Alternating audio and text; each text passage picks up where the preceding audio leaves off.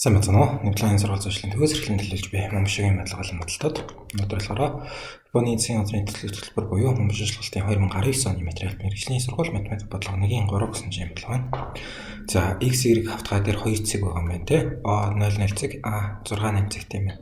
Тэнгүүд юу вэ гэсэн чинь хэрчмээр диаметрээ хийсэн тойргийн тэгштэл нь ийм байна гэж хэлэх гээд байгаа юм тийм үү. Гачирсан өвдөд нь гэхээр за хавтгай нь ойлгомжтой, цэг нь ойлгомжтой, тэгштэл тойрог гингүүтэй тойргийн тэгштэл болчихно. Энэ хэрчмээр тэгээ диаметр хийнэ гэж тийм үү. За бодлого орохоос өмнө зараа оруулчих. Онлайн агашны Японы сургалт 1-р төсвөрлөх садхудруудад 5 цагаас 6:30-ийн хооронд 1 сарын төлбөр нь 250к. Бүртгэлийн 1 сарын 16 хүртэл хийнэ. 8032 44 22 холбогдорой.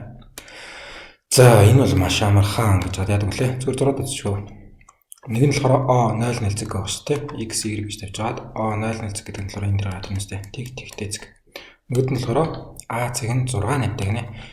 6 8-д чи X нь 6 гэсэн үг шүү дээ. Эхнийх нь урд нь байгаа дооны X нь дараа нь ард нь байгаа дооны Y-г нэмчин тийм үү? Энэ цэг дээр тий A 6 8 цэг байгаа юм байна. 6-гийн дагуу тий 8-ийн дагуу гэж. Тэнгүүтээ энэ OA хэрчмээр диаметр хийсэн гэх. Би энэ OA хэрчмийн дээр юм бол ийм урттай болчихно өстэй. Энд дээр тэгээд яхаа зүгээр пифкор обжид болчихно те. Энэ урт маань ингээд x-ийн дагуу 6 байна. Энэ урт гэдэг чинь болохоор энэ урттайгаа адилхан шүү дээ. Тэгэхээр энд 8 байна, энд 6 байна, энд 90 градус байна гэж байгаа. Пифкор обжид үзгээр 6-ийн квадрат нэмэх 8-ийн квадрат тэнцүү 36 дээр нэмэх 64 тэнцүү 100. Буцаад тэнцүү 10-ийн квадрат тийм үү. А шулуун маань болохоор ерөөсөө 10 урттай шулуун юм байна. Тэнгүүтээ эн чинь өөрөө диаметр гэсэн шүү дээ. Тэр диаметр гэдэг чинь өөрөө 2r радиус шүү дээ. Тэгэхээр 2-ийн 2 дугаар чинь бол r тэнцүү 5.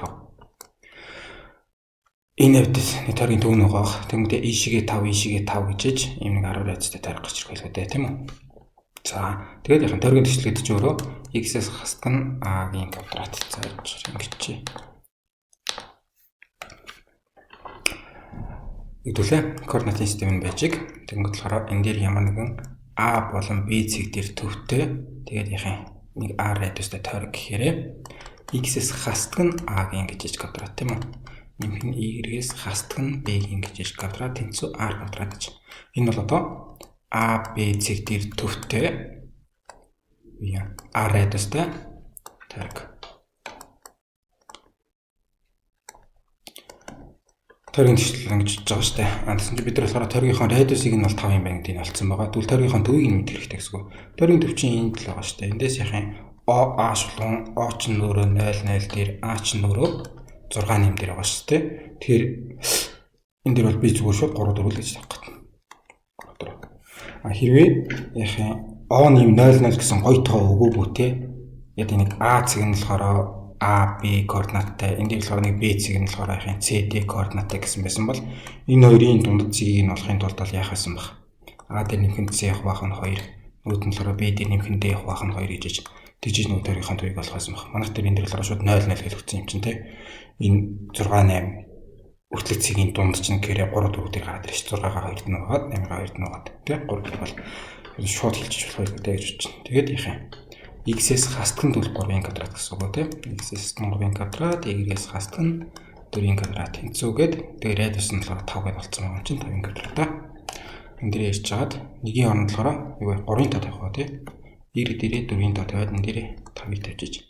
Хасхыг нугаас урд нь гаргаад тавьсан байгаа юм чинь би энэ дээр 1-ийн оронд хасах 3 гэж тавиад байгаа юм байхгүй шүү дээ. Зүгээр 3-ыг л тавьчих шүү дээ. Тэгээд y-ээс 4-ийн квадрат тэнцүү 5-ийн квадрат гэх юм бол тойргийн тэгшил гараад ирэх юм байна.